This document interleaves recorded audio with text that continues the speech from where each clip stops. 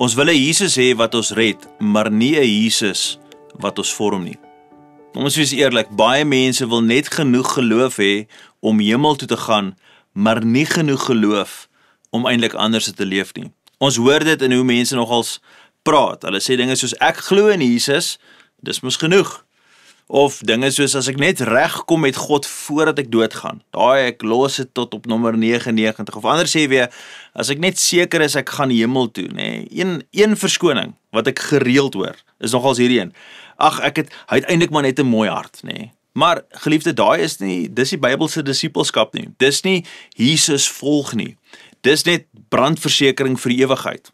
Paulus skryf dit nogals duidelik en baie radikaal wanneer ons lees Efesiërs 4 vers 22 tot 24 wat sê, lê dan die ou sondige natuur af, word nuut gemaak in julle denke en trek die nuwe mens aan wat na die beeld van God geskep is. Nou kyk hoe prakties maak Paulus dit eintlik vir ons. Daar's 3 dinge wat vir my uitstaan in hierdie gedeelte. Dit sê, lê af, word nuut en trek aan. Dis nie taal van minimale geloof nie, dis taal van verandering, van oorgee, van vorming en eintlik maar nuwe identiteit. Moenie dat jou ou mens, ek hou nogals van hierdie, moenie dat jou ou mens by Jesus inloer en jy hoop hy ignoreer dit nie. Nee, Jesus se proses is eenvoudig, hy verander jou, hy maak jou nuut, hy vorm jou na sy beeld. Maar hier is die groot toets vir my en vir jou vandag.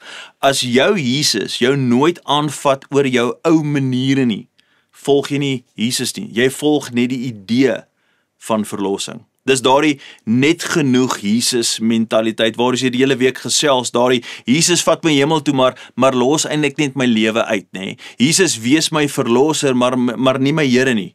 Jesus red my, maar moenie my routine, my gewoontes en my keuses kom aanraak of probeer verander nie. Nee. Ek soek nie so baie van Jesus nie. Maar die ware Jesus, die ware Jesus van die Bybel, hy doen nooit net die helfte nie. Hy red jou van sonde, maar hy red jou ook van jou ou self. Dit is presies wat transformasie maar eintlik beteken. En kyk na jou eie geloofspad, hè. Is daar areas waar jy die Here net sien as verlosser, maar nie as die een wat jou vorm nie? Is daar dele van jou lewe waar jy sê, net nie daar nie, Here nie, Here, ek moet net nie daar kyk nie, moet net nie daar betrokke raak nie, los net daai gedeelte nog vir my, nê? Net nie daardie gesprek, daardie besluit, daardie gewoonte nie, Here, asseblief, moet net nie daar inmeng nie, nê? Dan dien jy nie die Jesus van Efesiërs 4 nie. Jy dien 'n veilige, sagtige, net genoeg weergawe van Jesus. Maar geliefde, luister mooi. Hemel toe gaan geloof, daai hemeltoegangsgeloof is nie genoeg vir 'n volwasse Christen nie. Nee, Jesus wil jou hele lewe op aarde, wil hy verander, hy wil dit transformeer. Nie net jou bestemming vir die ewigheid nie. So hier's my vraag vir jou vandag. Waar probeer jy nog om Jesus net vir jou redding te gebruik, sonder om hom toe te laat om jou eintlik te vorm? Waar moet jy nog die ou mens afgooi en die nuwe mens aantrek? Vandag, nie eendag nie, vandag. Waar moet daai verandering vandag gebeur? Die Gees van God roep jou na 'n hoër en dieper vlak saam met die Here. Nie net om te weet waar jy eendag gaan wees nie, maar om anders te leef nou.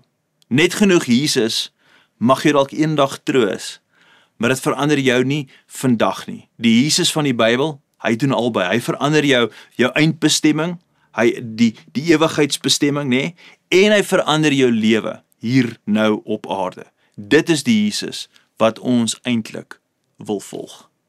Kom ons bid saam. Hemelse Vader, baie dankie dat ons na U toe kan kom in die tye waar ons regtig verknors is, verdruk is en eintlik nie weet hoe om te maak nie, Here, maar ons moet nie na U toe kom net vir krisismomente nie. Ons moet na U toe kom en ook nie net vir verlossing nie. Ons moet na U toe kom dat U kan Here wees van ons hele lewe, van ons verstand, van ons gedagtes, van ons motiewe, van ons optredes. Here, soos Paulus vir ons leer, ons moet die ou sondige manier van lewe, daai ou mens moet ons uittrek en neerlê en ons moet die nuwe mens aantrek.